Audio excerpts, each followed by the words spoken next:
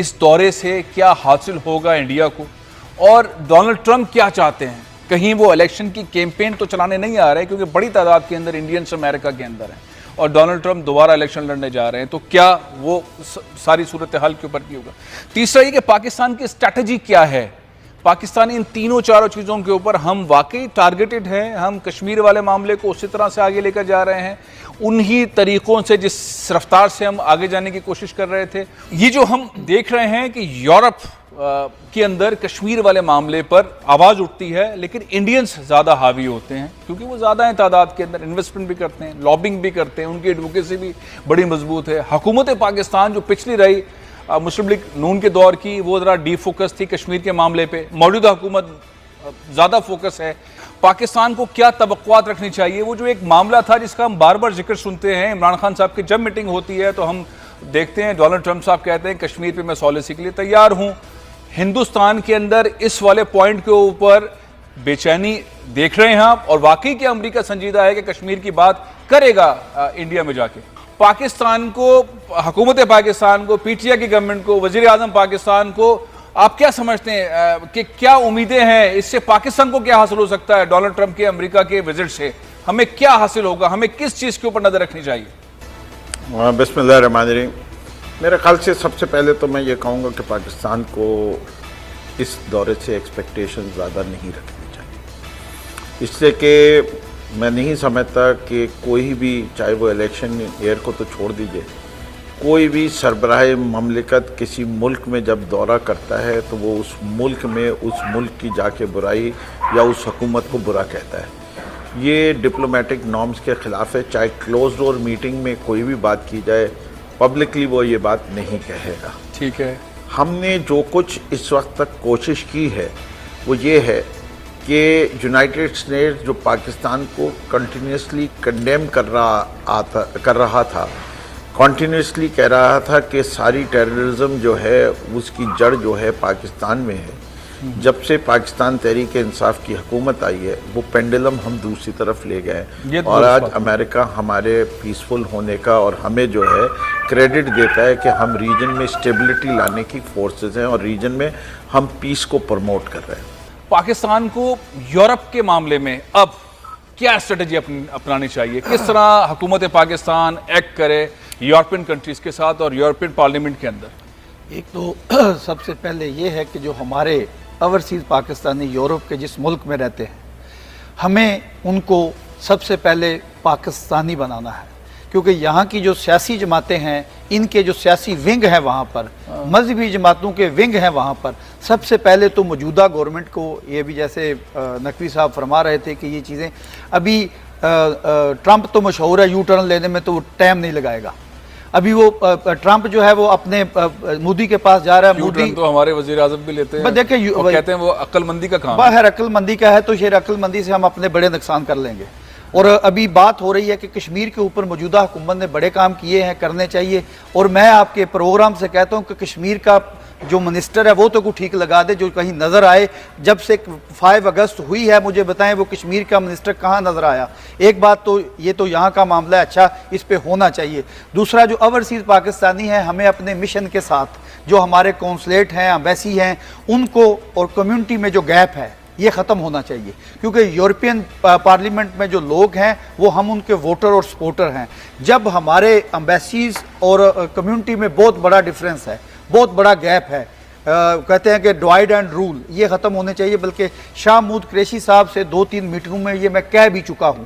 میں پچھلے سال 30 کمیونٹی کے ایشوز رہیں گے، گروپ بندی رہے گی، گروپ پارلیمنٹ کے اندر کیسے جائیں؟ یورپین پارلیمنٹ میں پاکستانی حکومت کی اسٹریٹجی کیا ہے؟ ٹھیک ہے، پاکستانی کمیونٹی میں جتنی بار بھی گیا ہوں 500 مسجدیں بنا کے بیٹھے ہوئے ہوتے ہیں کمیونٹی کے لوگ، ہر پارٹی کی 10 مسجدیں ہوتی ہیں۔ فیصل صاحب اس پہ انویسٹمنٹ کرنے کے بجائے اس وقت ٹائم یہ ہے کہ کشمیر والے مسئلے کے اوپر پارلیمنٹ میں اندر کیسے جائیں؟ سعودی عرب کے اندر بہت پازیٹیو قسم کی تبدیلیاں آ رہی ہیں۔ محمد بن سلمان صاحب نے سعودی عرب کو ایک ایسے ملک کے طور پر آگے لے جانے کا فیصلہ کیا ہے جس کے اندر شاید پاکستانیوں کو تبدیلیاں سمجھ ہی نہ آئیں۔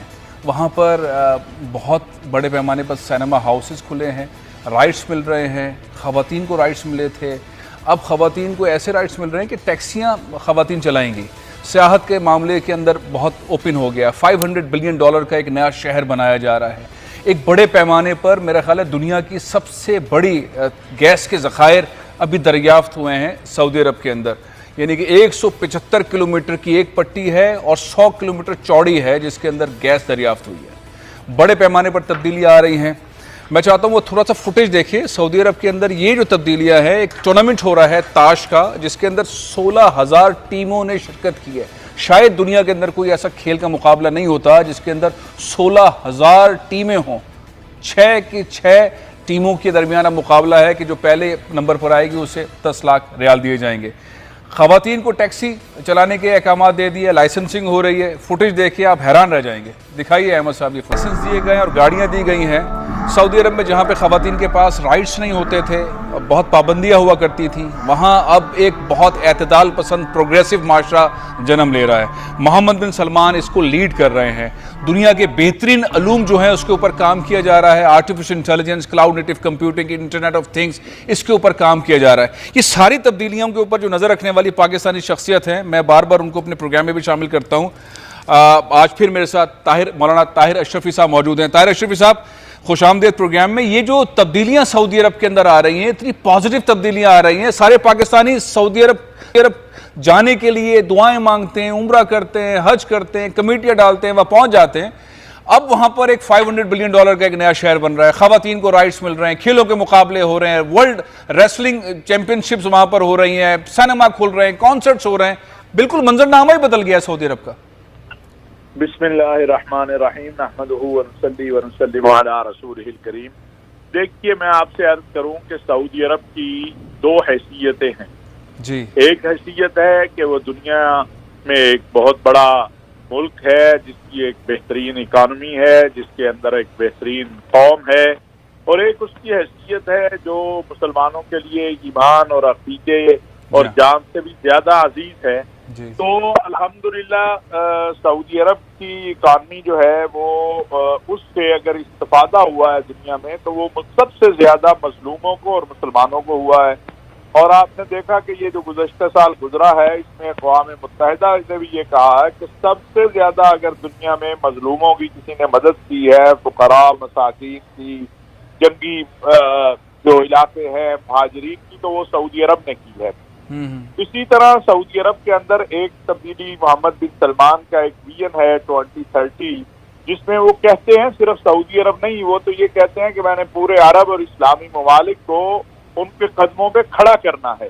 ہمیں اپنے قدموں پہ خود کھڑا ہونا چاہیے، وہ اسلحے کا معاملہ ہو، وہ معیشت کا معاملہ ہو، وہ باقی معاملات ہوں. اور سعودی عرب اسی طرف آگے چل رہا ہے. بہت سی چیزیں جو بعض اوقات نظر نہیں آتی تھی، وہ جو اب نظر آ رہی ہیں تو وہ ایک دائرہ کار کے اندر ہیں. ایک جسے آپ کہتے ہیں قانون کے دائرے میں، اخلاق کے دائرے کے اندر ہیں.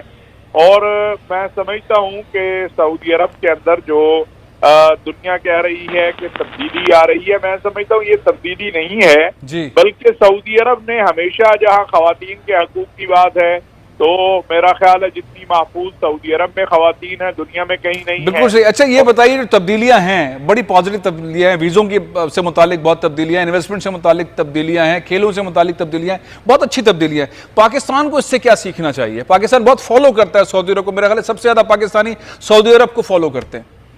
پاکستان میں میں سمجھتا ہوں کہ ہمیں ایک بات بڑی واضح سعودی عرب سے سیکھنے کی اور سمجھنے کی ہے کہ ہمیں اپنے ملک کی سوچنی چاہیے. ایکسٹریمزم اور ٹیررزم اور انتہا پسندی اور یہ جو ایک بالکل ہم نے یہ فکر بنا لی ہے کہ جو میرا فکر ہے بس اس کے سامنے جو کوئی بھی ہے وہ قابل قبول نہیں ہے. سعودی عرب میں آج بھی نظام حکومت میں مفتی اعظم جو ہیں ان کا جو اثر ہے اور جو علماء کا اثر ہے وہ کم نہیں ہوا، بلکہ میں سمجھتا ہوں بہت سی جگہوں پہ زیادہ ہوا ہے. اچھا. لیکن سعودی عرب وہ ملک ہے کہ افغانستان کے جہاد میں آپ نے دیکھا کہ بہت عرب آئے تھے، اور سعودی عرب بھی ان ممالک میں سے ایک تھا جس نے افغانستان کے جہاد میں مدد کی تھی. لیکن پھر انہوں نے اپنے نوجوانوں کی اصلاح بھی کی، ان کو دہشت گردی اور انتہا پسندی کے ڈگر پہ نہیں چلنے دیا. اور جس طرح پاکستان نے، کیونکہ آج آپ کے پروگرام میں آپ کو پتا ہے کہ آپریشن رد الفساد کا کل سے ایک 3